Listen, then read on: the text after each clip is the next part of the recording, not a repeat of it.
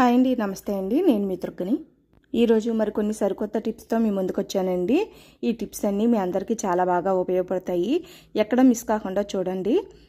అలాగే మన channel first time చూస్తున్నట్లయితే ప్లీజ్ సబ్స్క్రైబ్ చేయండి. పక్కన ఉన్న బెల్ ఐకాన్ని ప్రెస్ చేయండి. ఆల్ అన్న బెల్ ఐకాన్ని ప్రెస్ చేస్తే నేను ఏ వీడియో చేసినా మీకు ఎప్పటికప్పుడు నోటిఫికేషన్స్ వస్తాయండి. ఇంకా లేట్ చేయకుండా వీడియోలోకి వెళ్దామండి. ఎక్కువగా పులిపిర్లు ఉన్నాయి మనకి నెక్ మీద, కళ్ళ మీద బాగా విపరీతంగా వస్తాయండి. అవి చూడడానికి బాగా చిరాగ్గా ఉంటాయి. అలాగే బయటికి వెళ్ళినప్పుడు చాలా ఇబ్బంది పెడతా ఉంటాయి కదండి. నాకు కూడా ఇలా చిన్న చిన్నగా స్టార్ట్ అవినాయండి. దానికోసం నేనైతే ఈ రెమెడీ అయితే తయారు చేస్తున్నానండి. ఫస్ట్ ఒక ప్లేట్ అయితే తీసుకుని మనం ఆకు ఒక్కలో ఉపయోగించే సున్నం ఉంటుంది కదండి, ఆ సున్నం అయితే ఒక 1/2 టేబుల్ స్పూన్ అయితే వేసుకున్నాను. తర్వాత ఇందులో పసుపు కూడా ఒక 1/2 టేబుల్ స్పూన్ వేసుకున్నానండి. తర్వాత చిటికెడు బేకింగ్ సోడా, బేకింగ్ సోడా లేదనుకోండి వంట సోడా అయినా ఉపయోగించవచ్చండి. ఇది ఒక కొంచెం చిటికెడు అంతా వేసుకుని ఈ మూడింటిని బాగా మిక్స్ చేసుకోవాలి.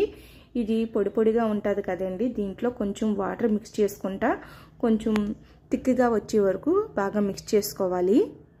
పులిపురులు అన్నాయి, దీన్నే ఎక్కువగా సురుడికాయలు అంటామండి. ఇవి బయటికి కనిపించేటట్టే ఎక్కువగా ఉంటాయండి. ఎక్కువ మెడ మీద, కళ్ళ మీద, చేతుల మీద కనిపించేటట్టే ఉంటాయండి. సురుడికాయలు అన్నాయి ఫస్ట్ చిన్నగా స్టార్ట్ అవి కొంచెం కొంచెంగా పెద్దగా అవుతాయండి.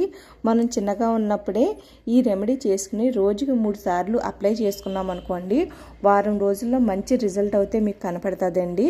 చాలా బాగా యూజ్ అవుతుందండి ఈ రెమెడీ అవుతేని. ఇలా తిక్కిగా బాగా కలుపుకున్న తర్వాత ఒక ఇనుపులతో కానీ అగ్గిపులతో కానీ సురుడికాయ అయితే ఎక్కడుందో అన్నది చూసి అక్కడే అప్లై చేసుకోవాలండి. ఇది సున్నం వేసాం కదండి, చర్మానికి అంటుకోకుండా ఎక్కడైతే సురుడికాయ ఉందో అక్కడ మాత్రమే అప్లై చేసుకోవాలండి. చూసారు కదండి, నాకు నెక్ మీద చిన్న చిన్నగా స్టార్ట్ అయినాయండి. నేనైతే సురుడికాయ మీద కొంచెం అంటించుకున్నానండి. ఇలా రోజుకి 3 సార్లు అయితే అప్లై చేసుకుంటే వారం రోజుల్లో సురుడికాయ అన్నది దానికి అంతటా అదే రాలిపోతుందండి. ఈ చిట్కా అయితే చాలా బాగా ఉపయోగపడుతుందండి. అలాగే మీకు తెలిసిన వాళ్ళందరికీ కూడా షేర్ చేయండి. నెక్స్ట్ టిప్ వచ్చండి, నిమ్మకాయలు తరచుగా తెచ్చుకుంటూ ఉంటాం కదా, ఒక్కొక్కసారి ఎక్కువగా తెచ్చుకుంటామండి. వేసవకాలం అయితే నిమ్మకాయలు అస్సలు దొరకవు కదండి. నిమ్మకాయలు ఎక్కువగా తెచ్చుకున్నప్పుడు అయితే ఇవి ఎక్కువ కాలం ఫ్రెష్గా ఉండాలంటే, పాడవకుండా ఉండాలంటే దీనికి కూడా సేమ్ ప్రాసెస్ అండి. మనకి ఇంట్లో ఉన్న ఆయిల్ అప్లై చేసుకుని వంట నూనె మన నిమ్మకాయలన్నిటికీ ఆయిల్ అప్లై చేసుకున్న తర్వాత ఇలా ఒక స్టీల్ బాక్స్లో వేసేసుకోవాలండి. ఈ స్టీల్ బాక్స్లో పెట్టుకుని మూత పెట్టుకుంటే ఎక్కువ కాలం నిల్వ అవుతాయి. అలాగే గట్టిపడకుండా, నల్లబడకుండా కూడా ఫ్రెష్గా అలాగే ఉంటాయండి. ఈ టిప్ కూడా మీకు నచ్చిందని అనుకుంటున్నానండి. చిన్నపిల్లల నుంచి పెద్దవాళ్ళ వరకు ఉండే సమస్య ఒకటేనండి, జుట్టు రాలిపోవటం, జుట్టు చుండ్రు పడటం, అలాగే జుట్టు అన్నది ఎదుగుదల లేకపోవటం అండి. ఇవన్నిటికి నేను ఒక చిన్న టిప్ అయితే చెప్తున్నానండి. ఇదైతే ఈ రెమెడీ అయితే మీ అందరికీ చాలా బాగా ఉపయోగపడుతుందండి. ఫస్ట్ అయితే వీడియోలోకి వెళ్దాం. స్టవ్ వెలిగించుకుని ఒక గిన్నె అయితే పెట్టుకున్నానండి. ఒక పెద్ద గ్లాస్తో అయితే వాటర్ వేసుకున్నానండి. ఈ గ్లాస్తో వాటర్ వేసుకున్న తర్వాత మన ఇంట్లో ఉండే ఏ బియ్యం అయినా పర్వాలేదండి, రేషన్ బియ్యం అయినా ఉపయోగించవచ్చు. బియ్యాన్ని అయితే ఒక 2 స్పూన్లు అయితే ఆ నీళ్ళలో అయితే వేసుకోవాలండి. ఇది కొంచెం బాయిల్ అవ్వాలండి. ఈ బియ్యం కొంచెం బాయిల్ అయిన తర్వాత ఇది ఇలా బాయిల్ అయ్యేటప్పుడే ఒక స్పూన్ అయితే నేను టీ పొడి ఉపయోగిస్తున్నానండి. ఏ బ్రాండ్ టీ పొడి అయినా ఉపయోగించవచ్చండి. ఒకవేళ గ్రీన్ టీ ఉపయోగిస్తే గ్రీన్ టీ బ్యాగ్స్ అయినా ఉపయోగించవచ్చండి. టీ పొడి వల్ల చాలా మంచి ఉపయోగం అయితే ఉందండి. మనకి హెయిర్ ఫాల్ అన్నది బాగా తగ్గిస్తుందండి, చుండ్రు అన్నది కంట్రోల్ చేస్తుంది, అలాగే మన జుట్టు ఎదుగుదలకు అయితే చాలా సహకరిస్తాయండి. ఈ రెండిటి వల్ల చాలా మంచి ఉపయోగం అయితే ఉందండి. ఇది తప్పకుండా మీరు ట్రై చేయండి. ఒకసారి ట్రై చేసిన తర్వాత మీకే రిజల్ట్ అన్నది తెలుస్తుందండి. ఇది మరిగేటప్పుడే కొంచెం లో ఫ్లేమ్లో అయితే పెట్టుకుని ఒక 5 నిమిషాలు మరిగించుకోండి. ఇలా మరిగించుకున్న తర్వాత స్టవ్ అయితే ఆఫ్ చేసేసుకుందాం. ఇప్పుడు ఈ వాటర్ని అయితే ఒక స్టైనర్ తోటి ఇది వడకట్టేసుకుందామండి. ఇలా వడకట్టేసుకున్న తర్వాత మనం తలస్నానానికి ముందు ఒక అరగంట ముందు కొంచెం గోరువెచ్చగా ఉన్నప్పుడే ఇది తలకి మసాజ్ చేసినట్టు ఒక 10 నిమిషాలు మసాజ్ చేసుకోవాలండి. కుదులికి పట్టేలాగా మసాజ్ చేసుకుంటే చాలా మంచిగా మీకు ఉపయోగపడుతుందండి. చుండ్రు అన్నది అస్సలు ఉండదండి. అలాగే తొందరగా అయితే జుట్టు అన్నది తెల్లబడదండి. అలాగే జుట్టు ఎదుగుదలకి చాలా మంచి రెమెడీ అండి ఇదైతే. మీరు తప్పకుండా ట్రై చేయండి. మరొక టిప్ వచ్చండి, మనం మిషన్ కుట్టేటప్పుడు టేపులు ఎక్కడ పడితే అక్కడ పెట్టేస్తూ ఉంటాము. అలాగే చిన్నపిల్లలు ఉన్న ఇంట్లో టేప్ తోటి ఎక్కువగా ఆడుకుంటూ ఉంటారండి. ఆ టేప్ని మళ్ళీ ఎక్కడ పడితే అక్కడ పాడేస్తూ ఉంటారు. అది మనం స్టిచ్చింగ్ చేసేటప్పుడు టేపు చూసుకుంటే తీరా కనపడదండి.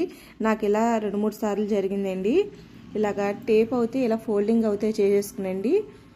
మన హెయిర్కి ఉపయోగించే రబ్బర్ బ్యాండ్లు ఉంటాయి కదండి, ఆ రబ్బర్ బ్యాండ్ అయితే ఈ టేప్కి అయితే రబ్బర్ బ్యాండ్ కింద ఇలా వేసేసుకోండి. ఇప్పుడు ఈ టేప్ని మనం ఎక్కడ కావాలితే అక్కడ పెట్టుకోవచ్చండి. అలాగే పిల్లలు కూడా తొందరగా అయితే రబ్బర్ బ్యాండ్ని తీరండి, వేరే ఒక చోటన అయితే పెట్టేసుకోండి.